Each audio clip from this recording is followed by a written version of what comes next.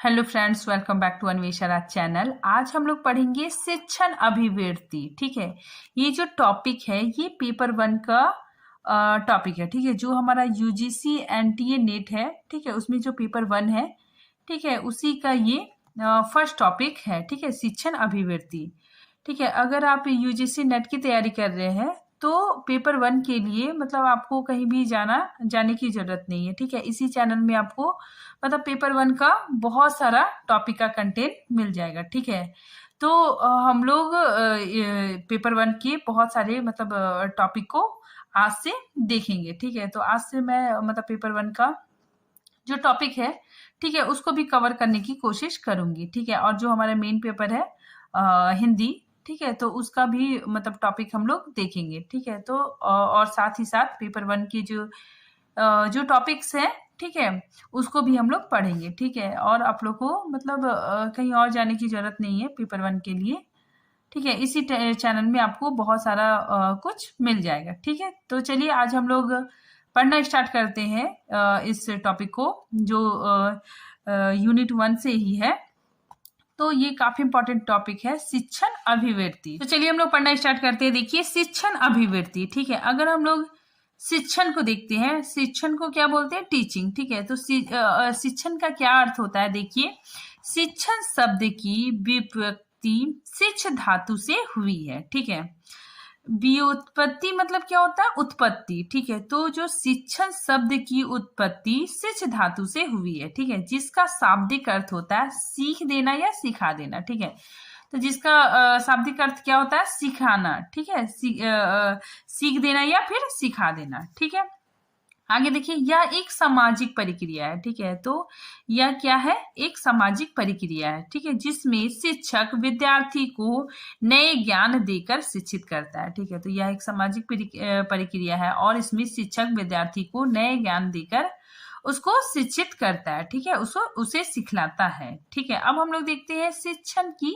अवधारणाएं। ठीक है, कॉन्सेप्ट ऑफ टीचिंग। ठीक है, देखिए कॉन्सेप्ट ऑफ टीचिंग क्या है? देखिए, शिक्षण एक व्यापक प्रक्रिया है। ये जो शिक्षण है ये क्या है? एक व्यापक प्रक्रिया है। ठीक है, जिसमें व्यक्ति अपने समीप के वातावरण के घटक जैसे परिवार, मित्र, पड़ोस, शिक्षक आदि से जन्म से मृत्यु तक कुछ ना कुछ सीखता रहता है। ठीक है, तो यहाँ पे बताया जा रहा है कि जो शिक्षण है वो व्यापक है, प्रक्रिया है। ठीक है, इसके अंतर्गत व्यक्ति क्या करता है? अपने परिवार, मित्र, पड़ोसी, ठीक है, इन सारे लोगों से, समाज से जन्म से मृत्यु तक कुछ ना कुछ सीखता ही रहता है। मतलब जन्म से मृत्यु तक सीखता ही रहता है। ठीक है, अगर हम लोग संकुचित अर्थ में देखें तो शिक्षण के संकुचित अर्थ, ठीक है, संकुचित अर्थ में शिक्षण क्या है? देखिए, शिक्षण के संकुचित अर्थ में शिक्षण प्रक्रिया वह है जिसके द्वारा शिक्षण किसी शिक्षा संस्थान द्वारा दिया जाता है। ठीक है, मतलब संकुचित अर्थ में क्या होता है?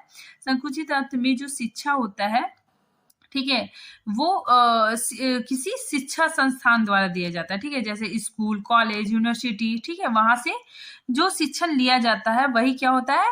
शिक्षण का संकुचित अर्थ होता है। ठीक है, आगे देखिए, औपचारिक रूप से किसी शिक्षण संस्थान, ठीक है, किसी शिक्षण संस्थान से शिक्षा ग्रहण किया जाता है। ठीक है, तो इसका संकुचित अर्थ देखिए, तो जो हम लोग शिक्षा संस्थान होता है वहां से जो शिक्षा लेते हैं वो क्या होता है? शिक्षण का संकुचित अर्थ होता है। ठीक है, और व्यापक अर्थ में क्या हो गया?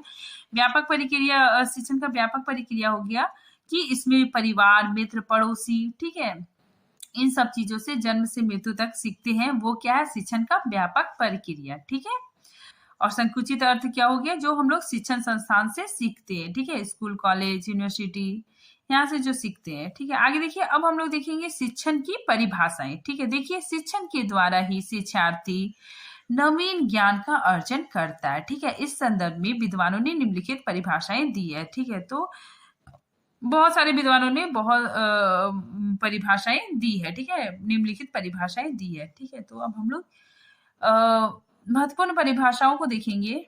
देखिए, B.O. स्मिथ, ठीक है, इन्होंने जो परिभाषा दिया है, ठीक है, ये यूजीसी नेट 2021 में पूछा गया था। ठीक है, तो ये काफी इंपॉर्टेंट है। देखिए, किन किन विद्वानों ने क्या क्या परिभाषाएं दी, तो ये सब भी याद रखना काफी इंपॉर्टेंट है। तो ये पूछा गया था, देखिए अधिगम, अधिगम मतलब क्या होता है, लर्निंग, ठीक है। अधिगम को अभिप्रेरित करने वाली क्रिया शिक्षण है, ठीक है। ये किसने कहा, B.O. स्मिथ ने, ठीक है। आगे देखिए मॉरिसन, मॉरिसन ने क्या कहा है, देखिए शिक्षण एक ऐसी अनुशासित सामाजिक प्रक्रिया है जिसमें शिक्षक अपने से कम अनुभवी लोगों के व्यवहार को प्रभावित करता है और उन्हें समाज सेवी बनाने में सहायता करता है, ठीक है। तो शिक्षण इनके अनुसार क्या है कि मतलब समाज के मतलब जो अनुभवी लोग हैं, ठीक है, अनुभवी लोगों के व्यवहार को प्रभावित करता है, ठीक है, और उन्हें समाज उपयोगी, ठीक है, समाज के लिए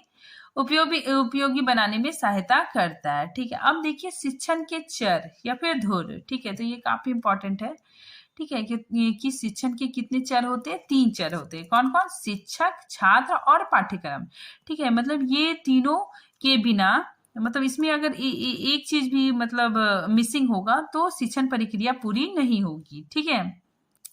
और ये शिक्षण के 3 चर है, ठीक है। देखिए यहाँ पे मैंने लिखा भी है कि अगर कोई भी इनमें से ना हो तो शिक्षण प्रक्रिया पूरी नहीं की जा सकती, ठीक है। तो हम कह सकते हैं कि यह त्रिभुजा आकार की होती है, ठीक है। तो ये क्या है, त्रिभुजा आकार की है, ठीक है। तो ये क्वेश्चन पूछा जाता है कि शिक्षण के कितने चर है या कितने धुर है, तो तीन है, ठीक है, शिक्षक, छात्र और पाठ्यक्रम, ठीक है। तो ये तीनों का होना बहुत जरूरी है, ठीक है। अगर मान लीजिए पाठ्यक्रम नहीं रहेगा तो शिक्षक क्या पढ़ाएगा, ठीक है। अगर छात्र ही नहीं रहेगा तो मतलब शिक्षक किसको पढ़ाएगा, ठीक है। तो ये तीनों एक दूसरे के पूरक है, ठीक है। मतलब ये तीनों से ही क्या होता है, शिक्षण प्रक्रिया पूरी होती है। अब देखिए चर के कार्य, ठीक है। चर कितने प्रकार के हुए, 3, ठीक है। निदात्मक, उपचारात्मक और मूल्यांकन, ठीक है। निदात्मक में क्या होता है कि सबसे पहले शिक्षक छात्र की कमियों को देखता है, ठीक है। शिक्षक देखता है कि छात्र का पूर्व ज्ञान कितना है, ठीक है, और उसी के अनुसार उसे शिक्षा देना प्रारंभ करता है, ठीक है। तो ये निदात्मक के अंतर्गत आ गया, ठीक है। नेक्स्ट देखिए उपचारात्मक, उपचारात्मक मतलब क्या होता है कि जब शिक्षक को पता चल जाता है, ठीक है, छात्र की समस्या, ठीक है, छात्र की कमजोरी, मतलब पता चल जाता है कि उसको कहाँ पढ़ने में दिक्कत आ रहा है, ठीक है। तो उसी के अनुसार वो क्या करता है, अपने टीचिंग मेथड में चेंज लाता है, ठीक है, और उसको उस छात्र को मतलब अच्छे से पढ़ाता है, ठीक है, अपने टीचिंग मेथड को चेंज करके, ठीक है, या फिर उसकी जो कमी है, ठीक है, उस कमी को दूर करने के लिए वो अपने टीचिंग मेथड को बदलकर पढ़ाता है, ठीक है। फिर देखिए मूल्यांकन, मूल्यांकन कौन करता है, शिक्षक करता है, ठीक है। तो इन सबों के बाद शिक्षक अंतिम में क्या करता है, उसका छात्र का मूल्यांकन करता है, ठीक है। मतलब शिक्षक देखता है कि अब बच्चा कितना सीख पाया है, ठीक है। तो और ये जो मूल्यांकन है ये क्या होता है, मतलब ये अंतिम चरण होता है, ठीक है। तो इसलिए मैंने यहाँ पे लिखा है, देखिए ये सब करने के बाद शिक्षक अंतिम में बच्चे का मूल्यांकन करता है, ठीक है, कि बच्चा कितना सीखा है, ठीक है। और शिक्षक क्या है, ये स्वतंत्र चर के अंतर्गत आएगा। अब हम लोग देखते हैं शिक्षण का उद्देश्य, ठीक है। शिक्षण का क्या क्या उद्देश्य है, देखिए बालक की क्षमता का विकास करना, ठीक है, बालक की क्षमता का विकास करना ये भी शिक्षण का उद्देश्य है। नेक्स्ट देखिए सामाजिक एवं मानसिक मूल्यों का विकास करना, ठीक है, शारीरिक व मानसिक नैतिक विकास करना, ठीक है, बच्चे का शारीरिक मानसिक और नैतिक विकास करना है, ठीक है। देखिए ज्ञान अर्जन के अनुसार जीविकोपार्जन करना, ठीक है, मतलब शिक्षा का उद्देश्य है कि मतलब ज्ञान अर्जन करने के बाद फिर वो क्या करे, मतलब पैसा कमा सके, ठीक है, अपने पैरों पे खड़ा हो सके, ठीक है, और उसका जीवन बेहतर हो सके, ठीक है। आगे देखिए छात्रों के अंदर आपसी सहयोग की भावना भी होनी चाहिए, ठीक है, तो आपसी सहयोग की भावना का भी विकास हो, ठीक है। आगे देखिए बालकों एवं विद्यार्थियों में सृजनात्मक क्षमता का भी विकास होना चाहिए, ठीक है, और उन्हें सृजनात्मक कार्य के लिए प्रेरित करना चाहिए, ठीक है। तो ये शिक्षण का उद्देश्य है, ठीक है। आगे देखिए परिस्थितियों के अनुकूल स्वयं को ढालने हेतु अनुकूल बनाना, ठीक है, मतलब जैसी परिस्थिति है, ठीक है, उसके अनुसार बालक क्या करे, अपने आप को ढाल सके, ठीक है, और सक्षम समस्या का निदान प्रस्तुत कर सके, ठीक है। अगर उसके सामने कोई समस्या आती है तो वो घबराए नहीं, ठीक है, उस समस्या का निदान कर सके, ठीक है। ये शिक्षण या शिक्षा का उद्देश्य है, ठीक है। आगे देखिए शिक्षण का स्तर, ये भी काफी इंपॉर्टेंट है। देखिए शिक्षण के कितने स्तर होते हैं, 3 होते हैं, ठीक है। कौन कौन होता है, स्मृति स्तर, ठीक है, बोध स्तर और चिंतन स्तर, ठीक है। तो देखिए जो स्मृति स्तर है, ठीक है, इसमें क्या होता है कि रटने पर जोर दिया जाता है, ठीक है। और बोध स्तर क्या होता है कि इसमें समझने पर, ठीक है, कि बच्चा मतलब पढ़ के समझ सके, ठीक है, मतलब टीचर क्या पढ़ा रही है, ठीक है, उसका जो मतलब अर्थ है, ठीक है, उसका जो मीनिंग है वो समझने पर इसमें जोर दिया जाता है, ठीक है। और चिंतन में क्या होता है, चिंतन स्तर में इसमें बच्चा मतलब अपने बच्चा क्या करता है, सूक्ष्म विश्लेषण करता है, ठीक है, सूक्ष्म चिंतन करता है, ठीक है। तो इन तीनों को हम मतलब आगे बहुत अच्छे से समझाएंगे, ठीक है। तो आप लोग जान लीजिए कि शिक्षण के कितने स्तर होते हैं, 3, ठीक। अब हम लोग देखेंगे स्मृति स्तर, ठीक है। तो स्मृति स्तर में देखिए इस शिक्षण प्रतिमान के प्रवर्तक हर्बर्ट स्पेंसर है, ठीक है। तो काफी इंपॉर्टेंट है, इसको याद रखिएगा कि स्मृति स्तर के प्रवर्तक कौन थे, हर्बर्ट स्पेंसर है, ठीक है, जिस कारण इसे हर्बर्ट शिक्षण प्रतिमान भी कहा जाता है, ठीक है। इसी कारण इसे क्या कहा जाता है, हर्बर्ट शिक्षण प्रतिमान भी कहा जाता है, ठीक है। देखिए यहाँ पे डायग्राम से समझिए। सबसे पहले स्मृति स्तर आता है, ठीक है, इसमें रटने पर जोर दिया जाता है। फिर बोध स्तर, इससे उच्च क्या हो गया, बोध स्तर, ठीक है, इसमें समझने पर जोर दिया जाता है। फिर इसमें क्या होता है, चिंतन, मतलब इसमें बच्चा क्या करता है, सूक्ष्म चिंतन करता है, ठीक है। तो सबसे बेस्ट चिंतन स्तर ही होता है, ठीक है। आगे देखिए हर्बर्ट ने इसकी संरचना को 5 पदों के रूप में प्रस्तुत किया है, ठीक है, जिसे पंचपदीय प्रणाली भी कहा जाता है, ठीक है। तो काफी इंपॉर्टेंट है, पूछा जाता है पंचपदीय प्रणाली किसने दी है, तो हर्बर्ट ने दी है, ठीक है। तो देखिए पंच प्रणाली कहा है, तो क्यों कहा है, ठीक है, क्योंकि इसमें देखिए 5 आ रहे हैं, ठीक है। कौन कौन है, देखिए नियोजन, ठीक है, प्रस्तुतिकरण, संबंध तथा तुलना, ठीक है, सामान्यीकरण, ठीक है, और अनुप्रयोग, ठीक है। तो यहाँ पे याद रखिएगा आप लोग कि पंचपदीय प्रणाली किसने दिया है, तो हर्बर्ट स्पेंसर ने दिया है, ठीक है। फिर देखिए हर्बर्ट स्पेंसर ने स्मृति असर का प्रतिपादन किया है, ठीक है। तो ये भी आप लोग याद रखिएगा, ठीक है। अब देखिए जो स्मृति स्तर है उसके बारे में हम लोग थोड़ा बहुत जानते हैं। देखिए यह शिक्षण का सबसे निम्न स्तर है, ठीक है। मैंने डायग्राम से भी आपको बताया कि क्या है, शिक्षण का सबसे सबसे नीचे, ठीक है, सबसे निम्न स्तर का होता है, ठीक है। इसमें तथ्यों को सीधा रटा जाता है, ठीक है। तो इसमें क्या होता है कि तथ्यों को रटा जाता है, ठीक है। जैसे आप लोग क्लास 1-2 के बच्चे को, ठीक है, या फिर नर्सरी के बच्चे को देखे होंगे कि मतलब टीचर क्या करती है, बच्चों को मतलब सारा कुछ रटवाती है, ठीक है, उसको मतलब रटने पर जोर दिया जाता है, ठीक है। जैसे ABCD हो गया, ठीक है, 1-2 हो गया, जब तक बच्चा रटेगा नहीं तब फिर मतलब वो फिर आगे कैसे जान पाएगा, ठीक है। तो ये जो स्मृति शिक्षण आएगा ये उसी के अंतर्गत आएगा, ठीक है। देखिए स्मृति स्तर का शिक्षण विचारहीन होता है, ठीक है। स्मृति स्तर के शिक्षण में शिक्षक का स्थान प्रमुख होता है, ठीक है। तो स्मृति स्तर के शिक्षण में क्या होता है कि शिक्षक का स्थान प्रमुख होता है, ठीक है, मतलब शिक्षक जो निर्णय लेंगे, ठीक है, तो उसी के अनुसार सारा काम चलता है, ठीक है। मतलब शिक्षक बोल दिए कि आप लोग को मतलब अम्ब्रेला ड्रॉ करना है तो सारे बच्चे अम्ब्रेला ड्रॉ करेंगे, ठीक है। मतलब जो शिक्षक इंस्ट्रक्शन दे दिया बच्चा उसी को फॉलो करता है, ठीक है। इसीलिए यहाँ पे बताया जा रहा है कि स्मृति स्तर के शिक्षण में स्मृति स्तर के शिक्षण में शिक्षक का स्थान प्रमुख होता है और छात्र का गौण होता है, ठीक है। आगे देखिए इसमें छात्र बिना समझे या विचार किए तथ्यों व सूचनाओं को रट लेता है, ठीक है। तो इसमें क्या होता है कि बच्चे कुछ समझते नहीं है, ठीक है, कोई विचार नहीं करते, बस जो तथ्य होते हैं, ठीक है, जो सूचना होती है उसको रट लेते हैं, ठीक है। फिर शिक्षक तथा छात्रों के बीच किसी प्रकार का सार्थक अंत क्रिया नहीं होती है, ठीक है। तो इसमें क्या होता है कि छात्र और शिक्षक के बीच कोई अंत क्रिया नहीं होती है, ठीक है, और बौद्धिक क्रियाओं का अभाव होता है, ठीक है। तो इसमें क्या होता है कि बौद्धिक क्रियाओं का अभाव होता है, ठीक है, बच्चे सिर्फ रट लेते हैं, ठीक है। देखिए सोचने की स्वतंत्रता नहीं होती है, ठीक है, बल्कि छात्र केवल शिक्षक के निर्देशों का पालन करते हैं, ठीक है। तो मैंने अभी जो बतलाया, ठीक है, वही चीज है कि इसमें कोई कुछ भी सोचने का स्वतंत्रता नहीं होती है, ठीक है, बल्कि छात्र केवल शिक्षक के निर्देशों का पालन करता है।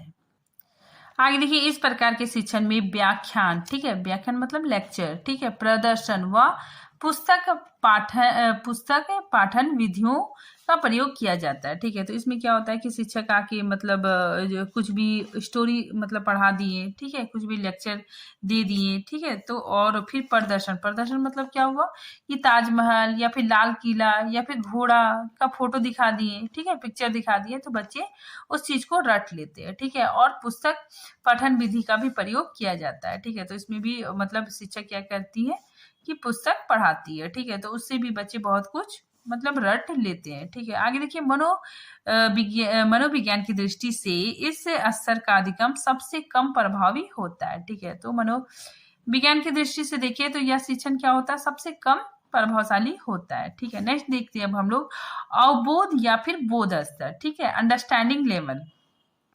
यह जो शिक्षण है ये मतलब स्मृति शिक्षण से थोड़ा बेटर है। ठीक है, देखिए, बोध स्तर का शिक्षण स्मृति के शिक्षण से आगे की अवस्था है। ठीक है, मतलब उससे अच्छा है। ठीक है, इस स्तर के शिक्षण के लिए आवश्यक है कि पहले स्मृति स्तर पर शिक्षण हो चुका है। ठीक है, तो इसमें सबसे ज्यादा जरूरी है कि मतलब जो कुछ भी पढ़ाया गया है, ठीक है, उसको मतलब छात्र क्या होता है ना, उसको पहले समझ लेता है, मतलब उसको पहले रट लेता है। ठीक है, क्योंकि वो उसको जब तक याद नहीं करेगा तो उसको समझेगा कैसे। ठीक है, देखिए, इस स्तर पर स्मरण किए गए तथ्यों को समझा जाता है। ठीक है, तो इसमें क्या होता है कि जो स्मरण किया, ठीक है, जो छात्र ने याद किया, ठीक है, उस तथ्यों को वो क्या करता है, अब समझता है। ठीक है, तथा उसका भाव निकालता है। ठीक है, इस स्तर पर छात्रों के बौद्धिक व्यवहार के विकास के लिए अधिक अवसर प्रदान किया जाता है। ठीक है, तो इस स्तर पर क्या होता है कि छात्रों का जो बौद्धिक व्यवहार होता है, बौद्धिक व्यवहार का विकास के लिए उसे अधिक अवसर दिया जाता है। ठीक है, जैसे देखिए, कोई मतलब कोई कबीरदास का दोहा मतलब याद कर लिया, पहले तो उसको मतलब याद करना पड़ेगा। ठीक है, तो वो याद कर लिया, फिर उसको क्या करेगा, उस दोहे का मीनिंग समझेगा। ठीक है, तो जो वो दोहे का मीनिंग समझेगा वो बोध स्तर के अंतर्गत आएगा। ठीक है, देखिए, इस स्तर पर छात्र स्मरण किए गए तथ्यों का अर्थ समझते हैं। ठीक है, मतलब वो उस तथ्यों का, ठीक है, उसका अर्थ समझते हैं, उसका भाव निकालते हैं। ठीक है, कुछ क्रियाएं जैसे देखिए, व्याख्या करना, ठीक है, सिद्ध करना, अंतर करना, प्रयोग करना, ठीक है, सामान्यीकरण करना आदि क्रियाएं इसी स्तर से संबंधित होती है। ठीक है, देखिए, कोई भी दोहा अगर वो याद किया, ठीक है, तो उसको अगर हम दे देंगे तो उसको व्याख्या, अगर वो समझा हुआ रहेगा तो उसको मतलब अपने वर्ड्स में व्याख्या करके लिखेगा। फिर उसके बाद फिर वो सिद्ध भी कर सकता है। ठीक है, फिर वो अंतर भी बता सकता है। ठीक है, अगर हम संज्ञा या सर्वनाम में अंतर पूछेंगे, ठीक है, अगर वो मतलब उस चीज को याद किया है, ठीक है, और उसको बहुत अच्छे से समझा है तो उसको अंतर कर लेगा। ठीक है, प्रयोग करना, सामान्यीकरण करना मतलब समराइज करना। ठीक है, मतलब कोई भी बहुत लंबा सा मतलब पढ़ा है, ठीक है, कोई भी टॉपिक, अगर उसको समरी के रूप में अगर हम उसको लिखने बोलेंगे, अगर वो समझा है तो वो आराम से लिख लेगा। ठीक है, तो आदि क्रियाएं इसी स्तर से संबंधित होती है। ठीक है, आगे देखिए, इस शिक्षण प्रतिमान के प्रवर्तक कौन है, मॉरिसन है। ठीक है, तो ये भी काफी इंपॉर्टेंट है कि इस शिक्षण प्रतिमान के प्रवर्तक कौन है, मॉरिसन है। ठीक है, जिस कारण इसे मॉरिसन शिक्षण प्रतिमान भी कहा जाता है। ठीक है, आगे देखिए, मॉरिसन ने बोध स्तर की संरचना को निम्न 5 स्तरों में विभाजित किया है। ठीक है, तो इन्होंने 5 स्तरों में विभाजित किया है। कौन कौन, देखिए, अन्वेषण, ठीक है, प्रस्तुतिकरण, आत्मीकरण, व्यवस्था और वर्णन। ठीक है, तो ये भी काफी इंपॉर्टेंट है, आप लोग याद रखिएगा। ठीक है, ये सब क्वेश्चन आता है एग्जाम में। अब हम लोग देखेंगे अबोध स्तर शिक्षण की प्रमुख विशेषताएं। ठीक है, अब हम इसके प्रमुख विशेषताओं को देखते हैं। देखिए, यह स्मृति स्तर से ऊंचा होता है। ठीक है, तो याद रखिएगा आप लोग। ठीक है, मैंने बताया भी कि यह स्मृति स्तर से ऊंचा होता है। ठीक है, इस प्रकार का शिक्षण विचार युक्त होता है। ठीक है, मतलब इसमें विचारों का समावेश होता है। ठीक है, यह शिक्षण बोध या समझ पर आधारित होती है। ठीक है, तो यह शिक्षण क्या होता है, बोध पे या फिर समझ पर आधारित होता है। ठीक है, आगे देखिए, इस प्रकार के शिक्षण में व्याख्या करना, ठीक है, बच्चा अगर अच्छे से समझा है तो उसे व्याख्या कर लेगा। ठीक है, तथ्यों को समझाना, ठीक है, तथ्यों को समझा भी देगा। ठीक है, उसका भाव निकालना आदि व्यवहार सम्मिलित होता है। ठीक है, देखिए, इस प्रकार के शिक्षण में प्रायः आगमन निगमन विधि, ठीक है, या विश्लेषण संश्लेषण संश्लेषण विधि का प्रयोग किया जाता है। ठीक है, देखिए इसमें छात्र पुस्तकालय, प्रयोगशाला, पर्यटन व इंटरनेट या फिर अन्य स्रोतों द्वारा आंकड़े एकत्रित करता है। ठीक है, अतः छात्र अधिक सक्रिय रहता है। ठीक है, तो इस तरह के शिक्षण में छात्र अधिक सक्रिय रहता है। ठीक है, नेक्स्ट हम लोग देखते हैं चिंतन स्तर। ठीक है, तो देखिए चिंतन स्तर क्या है, सबसे ज्यादा बेस्ट है। देखिए यहाँ पे मैंने डायग्राम भी बनाया है। देखिए स्मृति स्तर में क्या होता है कि बच्चे रट लेते हैं। ठीक है, फिर इससे जो बड़े बच्चे होते हैं, ठीक है, उसमें क्या होता है, बोध स्तर आता है। तो बोध स्तर में बच्चे क्या होते हैं, समझ लेते हैं। ठीक है, फिर चिंतन स्तर सबसे ऊपर आ गया। ठीक है, सबसे बेस्ट है ये। इसमें क्या होता है, बच्चे सूक्ष्म विचार करते हैं। ठीक है, मतलब गहन चिंतन करते हैं। ठीक है, और इसके अंतर्गत आप लोग देखिएगा 9, 10th, 11, 12 के बच्चे इसके अंतर्गत आते हैं। ठीक है, जो किशोरावस्था के जो बच्चे हैं, ठीक है, उनका जो शिक्षण होता है वो चिंतन स्तर के शिक्षण होता है। अब हम लोग देखते हैं चिंतन स्तर। ठीक है, देखिए शिक्षण का तीसरा और अंतिम स्तर चिंतन स्तर है। ठीक है, देखिए यह शिक्षण की प्रक्रिया का सबसे उच्च स्तर है। ठीक है, मैंने बताया यहाँ पे डायग्राम में भी कि ये शिक्षण का सबसे उच्च स्तर है। ठीक है, आगे देखिए यह प्रथम 2 स्तरों से अधिक महत्वपूर्ण है। ठीक है, तो ये प्रथम जो स्मृति स्तर है, बोध स्तर है, ठीक है, उससे अधिक महत्वपूर्ण है। ठीक है, क्योंकि इसमें स्मृति तथा अवबोध दोनों स्तर सम्मिलित होते हैं। ठीक है, तो इसमें देखिए जो चिंतन स्तर है उसमें मतलब स्मृति स्तर और बोध स्तर दोनों सम्मिलित है। ठीक है, देखिए अगर कोई बच्चा है, ठीक है, अगर किसी टॉपिक का चिंतन कर रहा है तो उससे क्या करना होगा, उस टॉपिक को पहले रटना पड़ेगा। ठीक है, उसको याद करना पड़ेगा। ठीक है, फिर उसको क्या करना पड़ेगा, उसको मतलब फिर समझना पड़ेगा। ठीक है, क्योंकि अगर हम किसी टॉपिक को मतलब रटेंगे नहीं, ठीक है, उसको मतलब समझेंगे नहीं, ठीक है, उसके तथ्यों को जब तक याद नहीं करेंगे, ठीक है, अगर हम उसको नहीं समझेंगे तो हम चिंतन मनन नहीं कर सकते। ठीक है, तो इसीलिए इसमें दोनों स्तर सम्मिलित होते हैं। ठीक है, उसके बाद ही जो छात्र है वो तर्क वितर्क करेगा। ठीक है, देखिए इसके अंतर्गत छात्र क्या करता है, देखिए तर्क वितर्क करना, ठीक है, विचार विमर्श करना, वैज्ञानिक, मनोवैज्ञानिक और दार्शनिक ढंग से सोचना, ठीक है, उस टॉपिक के बारे में नई चीजें प्रस्तुत करना। ठीक है, उस टॉपिक में कुछ नवीन बातें मतलब ऐड करना। ठीक है, सृजनात्मक रूप से उसका विश्लेषण करना। ठीक है, उसका सूक्ष्म विचार करना। ठीक है, तो ये सब चिंतन स्तर के अंतर्गत आ जाता है। ठीक है, बच्चा क्या करता है, तर्क वितर्क करने लग जाता है। ठीक है, विचार विमर्श करने लगता है, मनोवैज्ञानिक ढंग से सोचता है। ठीक है, नवीन बातों को भी उसमें ऐड करने लगता है। अब देखिए हम लोग इसके चिंतन स्तर की विशेषता देखेंगे। ठीक है, देखिए इस स्तर की शिक्षण परिस्थिति में विद्यार्थी पूर्ण तन्मयता के साथ एकजुट होकर किसी समस्या के समाधान हेतु लग जाता है। ठीक है, तो विद्यार्थी क्या करता है, पूरी तन्मयता के साथ एकजुट होकर किसी समस्या के समाधान में लग जाता है। ठीक है, देखिए इस स्तर पर छात्र तथ्यों के विषय में सोच विचार, ठीक है, सोच विचार वैज्ञानिक दृष्टिकोण के अनुसार करता है। ठीक है, मतलब वो वैज्ञानिक दृष्टिकोण से मतलब पूरे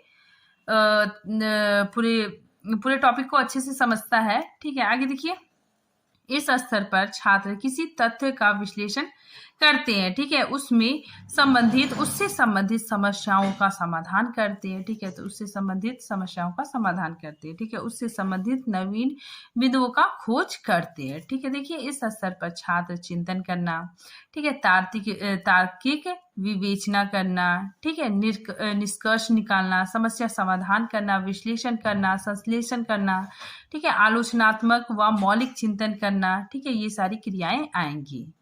ठीक है, फिर आगे देखिए इस शिक्षण प्रतिमान के प्रवर्तक कौन है, हंट है। ठीक है, ये भी काफी इंपॉर्टेंट है कि चिंतन स्तर के जो प्रवर्तक कौन है, तो हंट है। ठीक है, जिस कारण इसे हंट शिक्षण प्रतिमान भी कहा जाता है। ठीक है, देखिए चिंतन स्तर है, ठीक है, इसको मैंने और भी डिटेल से लिख दिया है। ठीक है, इसकी विशेषताएं देख लीजिए। चिंतन स्तर सर्वोत्तम स्तर होता है। ठीक है, यह स्तर पूर्णतः विचारपूर्ण होता है। ठीक है, मतलब इसमें पूरा विचार छात्र का होता है। ठीक है, देखिए इसमें अधिक सोच विचार करने की आवश्यकता होती है। ठीक है, तो ये जो चिंतन स्तर है इसमें अधिक सोच विचार करने की आवश्यकता होती है। इस स्तर पर छात्र किसी तथ्य का प्रयोग कर अपनी समस्या का समाधान करते हैं। ठीक है, तो बच्चे क्या करते हैं, समस्या का समाधान निकालते हैं। ठीक है, देखिए इस स्तर पर छात्रों में जिज्ञासा, रुचि, अन्वेषण, अन्वेषण मतलब खोज आदि विकसित होता है। ठीक है, जिसके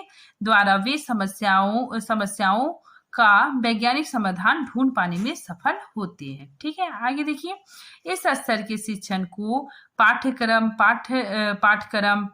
तथा पाठ्य पुस्तक तक ही सीमित नहीं रह जाता। ठीक है, मतलब इस तरह का जो शिक्षण होता है वो पाठ्यक्रम या फिर पाठ्य पुस्तकों तक सीमित नहीं रहता। ठीक है, बल्कि पाठ्यक्रम सहगामी क्रियाओं को भी महत्व दिया जाता है। ठीक है, मतलब इसमें क्या होता है कि पाठ्यक्रम और पाठ्य पुस्तक तक सीमित ना रह के बल्कि पाठ्यक्रम सहगामी क्रिया मतलब एक्स्ट्रा कैरिकुलम एक्टिविटी इसमें किया जाता है। ठीक, ये टॉपिक यहीं पे खत्म होता है। ठीक है, मिलते हैं फिर नए टॉपिक के साथ। ठीक है, आप लोग बताइएगा कि ये कैसा लगा आपको ये वीडियो, और जो पेपर 1 है ठीक है उसका मैं आगे भी वीडियो बनाऊंगी। ठीक है, तब तक के लिए थैंक यू।